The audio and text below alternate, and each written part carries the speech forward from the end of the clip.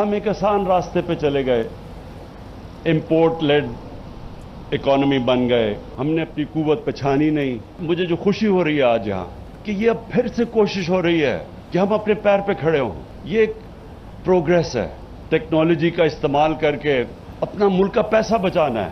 جو چیزیں ہم امپورٹ کرتے ہیں وہ پاکستان میں پروڈیوس کریں.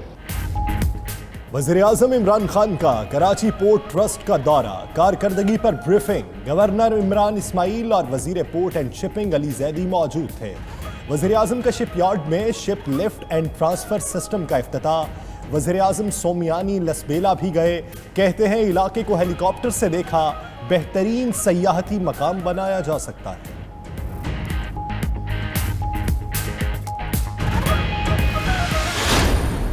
ہم سمجھتے ہیں کہ جو ناانصافی وفاقی حکومت اس صوبہ کے ساتھ, اس شہر کے ساتھ بار بار کر رہی ہے, وہ عوام کے سامنے ہے.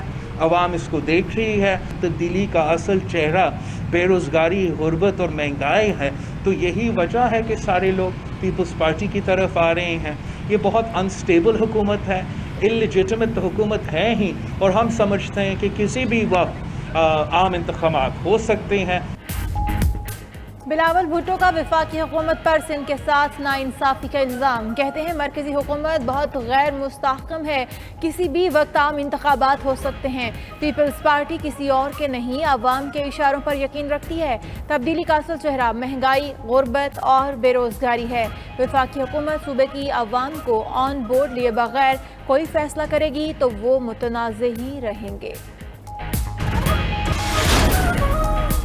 وزیر اعظم کی کراچی آمد اور ملاقاتوں سے وزیر اعلیٰ کو آگاہ نہیں کیا گیا. صوبائی وزیر ناصر حسین شاہ کا کہنا ہے مراد علی شاہ تو بلاوے کا انتظار ہی کرتے رہے. عمران خان کراچی صرف چند گھنٹے کے لیے آتے ہیں, جس سے ان کی سنجیدگی کا اندازہ لگایا جا سکتا ہے. وزیر اعظم نے جو اعلانات کرنے ہیں کریں, ان پر عمل بھی کریں.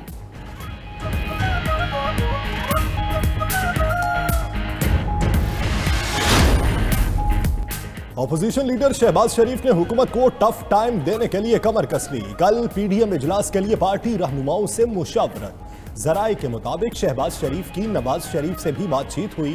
دوسری جانب مولانا فضل الرحمان کا سندھ میں پیپلز پارٹی کے خلاف محاذ بنانے کا فیصلہ.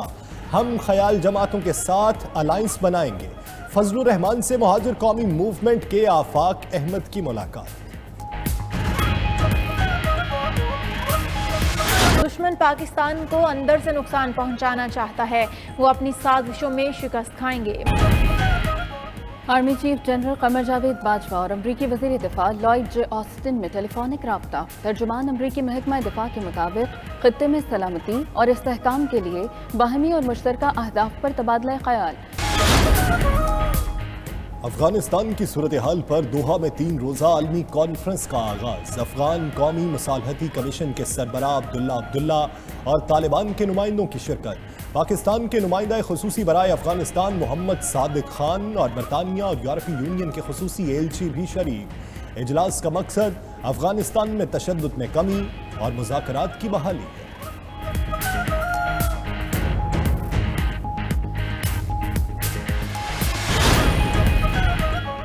وزیر اعظم سمیت وفاقی وزراء اور وزرائے مملکت کی تنخواہوں میں 10% اضافے کا نوٹیفکیشن جاری ہونے کا انکشاف. وزیر اعظم اور وزراء نے 10% ادھاق الاؤنس لینے سے انکار کر دیا. وزیر اعظم نے کابینہ ڈویژن کو اضافے کا نوٹیفکیشن واپس لینے کی ہدایت کر دی.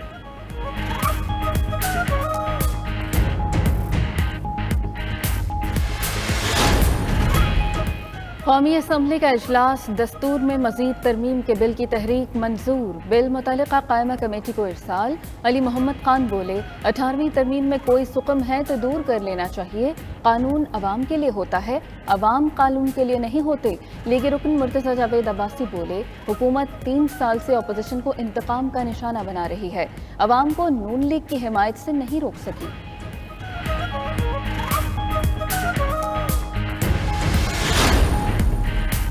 مسلم لیگ نون نے سیالکوٹ کے ضمنی انتخاب پر الیکشن کمیشن میں فورنزک پٹیشن دائر کر دی. عطا تارڑ کہتے ہیں پی پی 38 میں ضمنی انتخاب میں دھاندلی کے ثبوت جمع کرا دیے. سرکاری وسائل کا بے دریغ استعمال ہوا. 2.5 سے 3 ارب کے ترقیاتی کاموں کا اجرا کیا گیا. بارش کے باوجود حلقے میں عام انتخابات سے زیادہ ووٹ کیسے پڑ گئے؟